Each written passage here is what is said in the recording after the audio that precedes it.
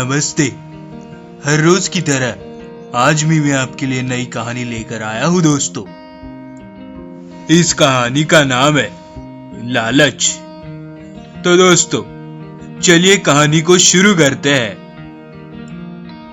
एक गांव में हर साल कुश्ती स्पर्धा का आयोजन किया जाता था। हर साल की तरह इस साल भी दूर दूर से बड़े बड़े पहलवान आए। उन पहलवानों में एक पहलवान ऐसा भी था जिसे हराना सबके बस की बात नहीं थी। जाने माने पहलवान भी उसके सामने ज्यादा देर टिक नहीं पाते थे। वो पहलवान आज तक एक भी बार नहीं हारा था।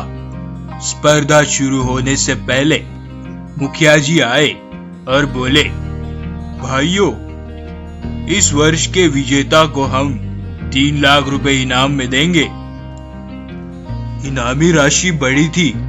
पहलवान और भी जोश से भर गए और मुकाबले के लिए तैयार हो गए।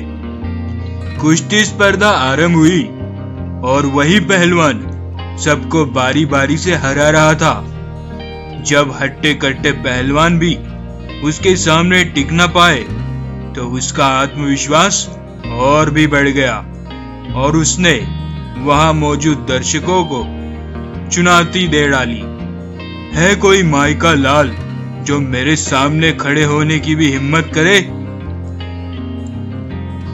वहां खड़ा एक दुबला पतला व्यक्ति कुश्ती देख रहा था। पहलवान की चुनौती सुन के उसने मैदान में उतरने का निर्णय लिया और पहलवान के सामने जाकर खड़ा हो गया।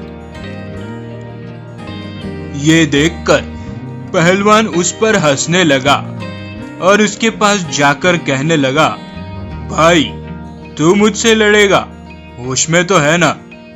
तब उस दुबले पतले व्यक्ति ने चतुराई से काम लिया और उस पहलवान के कान में कहा, अरे पहलवान जी, मैं आपके सामने कहाँ टिक पाऊंगा?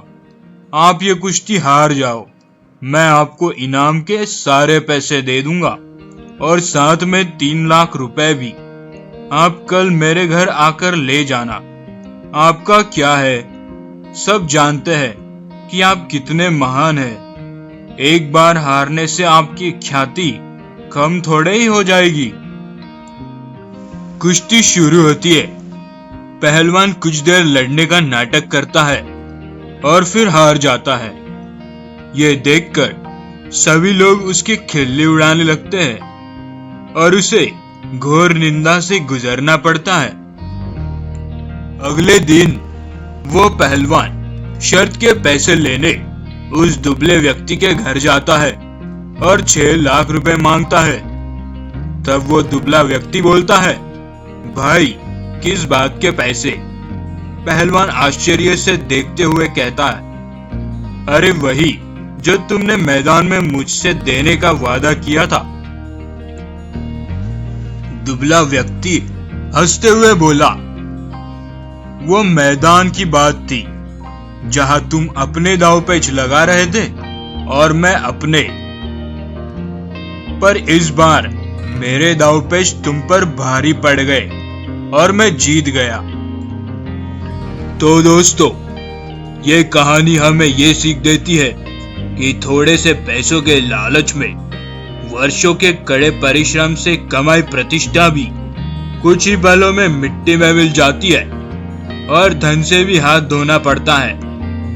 हमें कभी अपने नैतिक मूल्यों से समझौता नहीं करना चाहिए और किसी भी तरह के भ्रष्टाचार से बचकर रहना चाहिए।